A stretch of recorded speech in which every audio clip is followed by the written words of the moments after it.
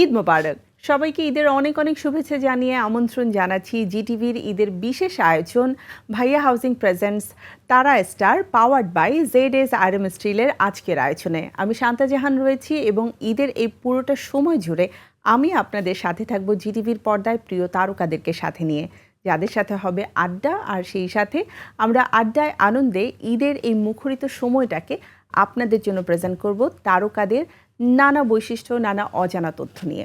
আজ আমার সাথে যে তারকা রয়েছে সে তারকাকে আমরা খুব শান্ত শিষ্ট, ভিন্ন ভিন্ন চরিত্রে এবং মায়াবী হাসির একজন অভিনয় শিল্পী হিসেবে জানি, কিন্তু বাস্তব জীবনে সে অনেক বেশি আত্মবিশ্বাসী এবং তার রয়েছে অজানা অনেক দিক। চলুন সেই দিকগুলোই আজ আমরা না হয় উদ্ঘাটন করার চেষ্টা করি। আমার সাথে রয়েছেন আমাদের প্রিয় অভিনয় শিল্পী রেজবিন সেতু। সেতু, অনেক অনেক শুভেচ্ছা, ঈদ মোবারক। ঈদ মোবারক। কেমন আছো? ভালো আছি, আপনি ভালো? খুবই ভালো, এবং আমার ভালো লাগে, আমি কনফিডেন্ট সেতুকে যখন দেখতে পাই। আশায় তোমাকে কি নামে বেশি ডাকে, রেজবিন আর সেতু? সেতু। সেতু। রেজবিনের মাঝামাঝি আর কোনো শব্দ কি রয়েছে? আপাতত নেই, রেজমিন সেতু। আচ্ছা, এই নামে আমি আমার নিজেকে মানুষের কাছে নাম শুনতে ডাকতে খুব ভালোবাসি। অ্যাজ নোন অ্যাকচুয়ালি রেজমিন সেতু, যেটা মিডিয়াতে আমরা যেটা হয় দুটো ওয়ার্ডের যখন নামটা হয়, নামটা সবার মনে থাকে। ওকে, সো আমরা নাম নিয়ে প্রথমে তো কথা বললাম, এবারে ঈদ নিয়ে কথা বলতে চাই। ঈদ কেমন কাটছে বলো? দারুণ দারুণ কাটছে। আর তাছাড়া ঈদে পরিবারে এত মানুষের সাথে দেখা হয়, সারা বছর কোনোদিন দেখা হয় না, দেখা গিয়েছে বছরে একবার কথাও হয় কিনা সন্দেহ তাতে। স্পেশালি তুমি যখন থেকে অভিনয় করি, হ্যাঁ, ব্যস্ততা যখন থেকে বেড়েছে আর কি। তো সেই কথা ভাবলে ঈদে সবার সাথে দেখা হয়, এটা খুব ভালো দিক, এটা খুব ভালো লাগে, এই ব্যাপারটা এনজয় করি আসলে। কতদিন হয়ে গেল তোমার ক্যারিয়ারে? আমি ক্লাস 7-এ যখন পড়ি তখন থেকে আমার থিয়েটার জীবন শুরু, দেন আস্তে আস্তে টেলিভিশনে পর্দায়, ছোট পর্দায় কাজ করা, তার মানে 10-12 বছর তো হবেই মিনিমাম। সেতু কি ছোটবেলা থেকেই জানতো যে আমি একজন অভিনেত্রী হব? আমার স্বপ্নের আগে আমার মা বাবার স্বপ্ন ছিল, সেই জন্যই আমার মায়ের স্বপ্ন পূরণ করার জন্য আমাকে এই পথে হাঁটতে হয়েছে। সেজন্য আমি মনে মনে বা আমার চিন্তা চেতনা স্বপ্নে সবসময় এটাতেই বিভোর ছিলাম যে আমি সামনে পর্দায় কাজ করব, আমাকে পর্দায় দেখা যাবে, অভিনয় শিল্পী হব। হ্যাঁ, তুমি তোমার স্বপ্ন পূরণের পথে মানে হাঁটছো, বা আমি বলবো পূরণ করে নিয়েছো, কারণ তুমি একদম আমি বলবো পরিচিতিটাই তোমার হয়েছে মেইন ক্যারেক্টার দিয়ে। মূল ক্যারেক্টার দিয়ে কাজ করার শুরুটা হওয়া কিন্তু খুব একটা সহজ নয়। স্পেশালি এখন তো অনেক মাধ্যম, অনেকেই কাজ করছে দীর্ঘ একটা সময় নিয়ে। কখনো কি এটাকে তোমার অনেক টাফ জব অথবা বিগ চ্যালেঞ্জ মনে হয়েছে? পুরো দিকটা মনে হয়েছিল এরকমটা, কিন্তু লাস্ট 2 ইয়ার্স আগে আমি দীপ্ত টেলিভিশনের একটা সিরিয়াল করেছিলাম, নাটকের নাম হচ্ছে জবা, মেগা সিরিয়াল, ডেইলি সোপ ছিল আর কি, প্রতিদিন দেখাতো সন্ধ্যা 7টায়। তো নাম ভূমিকায় আমি অভিনয় করেছি জবা। তো সেখান থেকে আমি মনে করব যে আমার ওই সিরিয়ালটা টার্নিং পয়েন্ট। প্রচুর শিখেছি, প্রচুর এনজয় করেছি সবার সাথে, বড় ছোট। প্রতিদিন তোমাকে মানে স্ক্রিনে দেখা যেত, এটাও তো ভালো লাগার একটা ব্যাপার। খুবই ভালো লাগছে। আর তাছাড়া আমার ওখানে শুধুমাত্র আমি সর্বকনিষ্ঠ একজন অভিনয়শিল্পী ছিলাম, তাছাড়া আমার সাথে যারা ছিলেন সহকর্মীরা, ডলি জোহর আন্টি ছিলেন, অপু সরকার ছিলেন, অনেকে এরকম, অরুণা বিশ্বাস ছিলেন লাস্ট পর্যায়ের দিকে। তো তাদের সাথে আমার 2 বছরের জার্নিটা আসলেই কি বলবো, আনন্দময় ছিল আর কি। সেখান থেকে অনেক কিছু শিখতে পেরেছি, আর সেটাই এখন কাজে লাগছে, সেটা দিয়ে কাজ করছি আসলে। যে জবা মানে হচ্ছে খুবই সহজ সরল, খুবই মায়াবী চেহারার একটা মেয়ে, মানে এই যে সহজ সরল বা সারল্য, এটা কি আসলে বাস্তবিক জীবনে তোমার? না, মায়াবী ছিল, কিন্তু তার মধ্যে খুবই প্রতিবাদী ছিল আর কি, সবসময় সে প্রোটেস্ট করে বেড়াতো। হ্যাঁ, মানে আমি সেটাই বলছি যে এই যে মায়াবী চেহারা, আবার হচ্ছে আত্মবিশ্বাসী, সে প্রতিবাদী, এটা কি আসলে বাস্তব জীবনের তুমি? এটা আপনারা বলতে পারবেন, আসলে আমার সাথে যারা মিশেছে তারা বলতে পারবে। আমি যতটুকু তোমাকে দেখেছি, তুমি তো খুব স্ট্রেট ফরওয়ার্ড কথা বলো, মানে কোনো রাগ ঢাক নেই কথার মাঝখানে, মানে ভনিতা নেই, এক কথায় আমি বলবো। তো আমরা কি সেই চরিত্রটাই আসলে জবার মধ্যে মানে ফুটে উঠতে দেখেছি? হ্যাঁ, সেটাই। এখনো কিন্তু এক কথা বলে দিচ্ছি যে হ্যাঁ সেটাই। আমরা অনেক সময় দেখেছি আমাদের প্রিভিয়াস যে সকল লেজেন্ডরা ছিলেন, তারা যে কোনো একটা চরিত্র যখন করেছে নাটকে, অথবা ফিল্মে সেই নামটা দিয়ে তারা অনেক পরিচিত হয়ে গেছেন। লাইক হুমায়ুন ফরিদি স্যারের কথা বলতে পারি। উনি কিন্তু আমরা ফরিদি হিসেবে তাকে অনেক পরে চিনেছি, আগে চিনেছি কানকাটা রমজান। রমজান তো এই যে সেতু জবা নামে পরিচিত হয়ে গেল এবং সবাই সেতুকে এটা জবা। আমার এটা ভালো লাগে আসলে, এটা একটা চরিত্র মানুষের মনে দাগ থেকে যায়, মানুষের মনে থেকে যায়, এটা কিন্তু বিশাল দিক, মানে খুবই কঠিন ব্যাপার, এটা খুব সহজ না। আমার জবা নামটা এখন পর্যন্ত মানুষের মনে আছে, জানি না কতদিন থাকে। এখনকার যুগে মনে হয় এতদিন থাকবেও না, তখনকার সময় আর এখনকার সময় তো যারা আকাশ ড্রামা পাতাল লাভার আছে তফাৎ। তারা কিন্তু এটা মনে রাখে। তা তো রাখেই, তারপরে এত এত ভেরিয়েশন চলে আসছে এখন, সেই জন্য মানুষের মনে থাকাটা খুব টাফ। তারপর আমার মনে হয় একদিন তো মানুষের মনে থেকেছে জবা নামটা, এটাই আমার কাছে অনেক। দীর্ঘ একটা সময় নিয়ে সেই হ্যাঁ। সিরিয়ালটা যারা দেখেছে সেটা একটা ব্যাপার। এবং তারপরে তো তুমি অনেক চরিত্র করেছো, অনেক এবং, করেছে, অনেক করেছে। বাংলাদেশের সব লেজেন্ডদেরকে দিয়ে যেমন তোমার কাজ করে শুরুটা হলো যাত্রা, পাশাপাশি লেজেন্ডদের সাথে এখন তুমি Regular, নিয়মিত কাজ করছি, নিয়মিত। জি। এই ব্যাপারটাকে তুমি কতটা এনজয় করো? কারণ খুবই মানুষের তো ভালো একটা লাগে স্বপ্ন এটা। থাকে। স্বপ্ন, স্বপ্নের পথে হাঁটছি, সেজন্য আসলে খুবই ভালো লাগছে। প্রতিনিয়ত নতুন নতুন অভিজ্ঞতা গ্যাদার করছি। তো সেই জন্য বলবো আগামী পথটা যদি আমি পথভ্রষ্ট না হই তাহলে মনে হয় আমার জন্য মসৃণ হবে আর কি। তো ঈদে যেহেতু আমরা রয়েছি, ঈদে তোমার কটা কাজ যাচ্ছে এবং রেসপন্স কেমন পাচ্ছ? সর্বপ্রথম এবার ঈদে আমি 4টা 7 পর্ব করেছি, ঈদের দিন থেকে ঈদের 7 দিন 4টা পর্যন্ত 7 দেখাবে। পর্ব। যেমনটি বলছিলেন যে লিজেন্ডদের সাথে আমি কাজ করেছি, মোশাররফ করিমের সাথে দুইটি করেছি, আর একটি চঞ্চল চৌধুরীর সাথে, একটি আরফান ভাইয়ের সাথে, এই তো 4টে করেছি। আর এর মধ্যে সিঙ্গেল করেছি একক নাটক মোশাররফ করিমের সাথে। নাটকের নাম হচ্ছে তুফার ঘরে আলো, আমি আলো, মোশাররফ করিম হচ্ছে তুফা। তো সেখান থেকে ভালো হয়েছে মোটামুটি। দুজনেরই নাম ভূমিকায় চমৎকার হ্যাঁ। একটা নাটক, এবং মোশাররফ করিম ভাই মানে তো দুর্দান্ত একজন অভিনেতা। দুর্দান্ত। আর তার সাথে তোমার চরিত্রটা, মানে আমি জাস্ট থিঙ্ক করছি যে তোমাদের ডায়লগ থ্রোয়িং থেকে নিয়ে শুরু করে ইচ এন্ড এভরি সিঙ্গেল খুনসুটি হ্যাঁ, খুবই ভালো হয়েছে, খুবই খুবই ভালো চমৎকার হয়েছে। হয়েছে। সবার ভরসা পেতে নিজেকে হতে হয় পাতের মতো দৃঢ়, ঠিক যেমনটা জেডএসআর। জেরুসালেম 25 বছরের পথ চলায় নিরাপদে রাখার প্রত্যয়ে। ব্রেক মানে তো আসলে আমি কি বলবো, অনেক কিছু ভাববার সুযোগ থাকে ব্রেকে, আমরা অনেক কিছু খেতেও পছন্দ করি, কিন্তু ঈদে কাজের যে ব্রেকটা পড়ে সেই ব্রেকে আমরা আসলে কি কি করি সেটা একটু জানতে চাই। তোমার ঈদ কেমন কাটছে ঈদের ছুটিতে? আমার ঘুরতে যেতে ইচ্ছে করে, কিন্তু আসলে ঘোরাটা ওইভাবে হয় না, কারণ ওই সময়টা খুব জ্যাম থাকে সব দিকে, তাছাড়া খুব ক্রাউড থাকে। মানে ঈদে সবাই যখন ঘুরতে হ্যাঁ, বের হয়, খুব ক্রাউড থাকে, সেজন্য মনে হয়, আবার বাইরে প্রচন্ড গরম, তো সেই জন্য কোনো না কোনো ভাবে 2-3 দিন ঘোরার কথা থাকলেও একদিন হয়তো বা ঘোরা হয় বা হয়ে ওঠে না। কিন্তু যেটা হয়, আমি আমার বান্ধবীর বাসায় যাই, বা গ্রামে থাকলে তো সব আত্মীয় স্বজন সবাই indoor আসে, program হচ্ছে। হ্যাঁ এটাই হয় আসলে।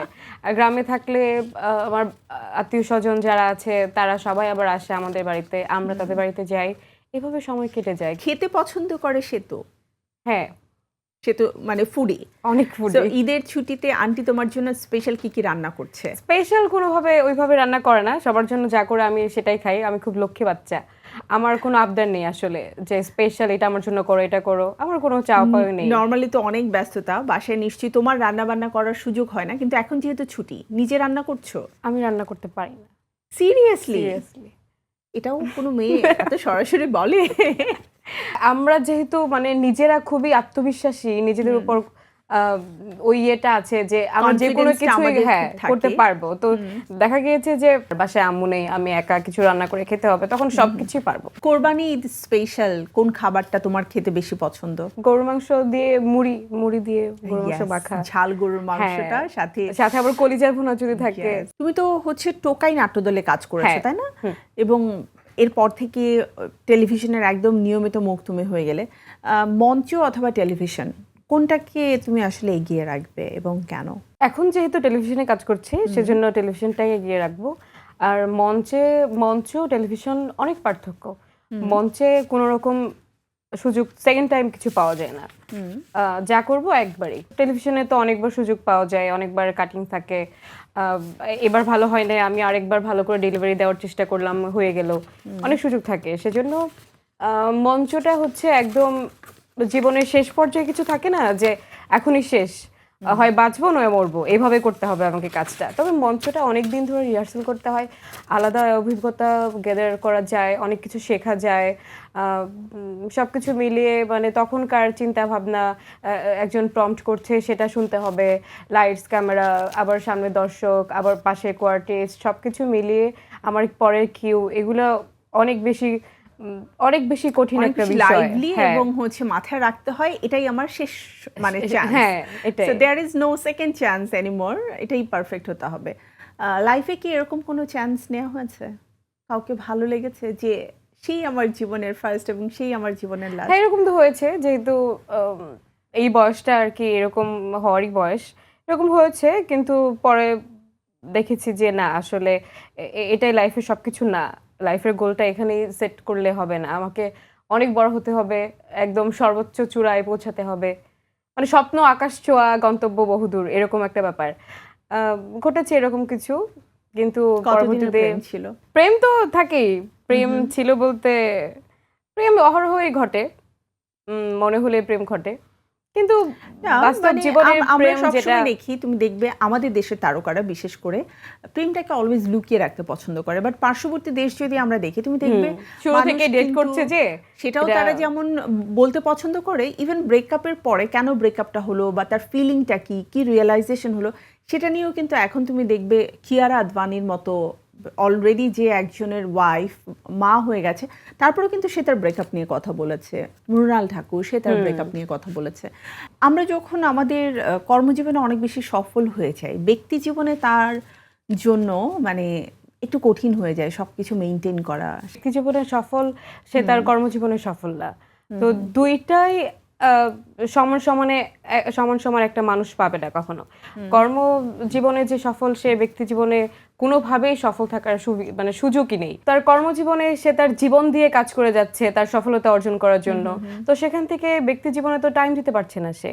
তো সেই জন্য একটা মানুষ দুইটা একসাথে করতে পারে না আসলে, যে কোনো তাহলে কি একটা তোমার দিকে। মনে হয় স্টারডম মানে ব্যক্তি মানুষের মানে স্বাধীনতা বা তার জীবনের যে সারল্য, সেটাকে নষ্ট করে দেয়? তত কিছুটা দেয়, কারণ নিজেকে সে সময় দিতে পারে না পর্যাপ্ত পরিমাণ। সে নিজেকে সময় দিতে পারছে না, সে তার পার্টনারকে কিভাবে সময় দিবে? তাহলে কি পার্টনার আমাদের যদি এত হ্যাপি না ব্যস্ত থাকে, হয়ে ওঠা উচিত যে আমি আমার নিজেকে সময় দিতে পারবো না, আমি আমার পার্টনারকে সময় দিতে পারবো না? আমাদের মিডিয়া ক্যারিয়ারটা এরকম, আসলে কিছুই করার নেই। তুমি আমাকে একটু বলো যে একজন নারী অভিনেত্রী হিসেবে তোমার জীবনের সবচেয়ে মানে অস্বস্তিকর বাস্তবতা কি এখনো পর্যন্ত, যেহেতু মিডিয়াতে প্রায় তুমি এক যুগ সময় পার করে দিয়েছো? আমি আসলে খুব কম একা একা মানে মুভ করেছি আর কি।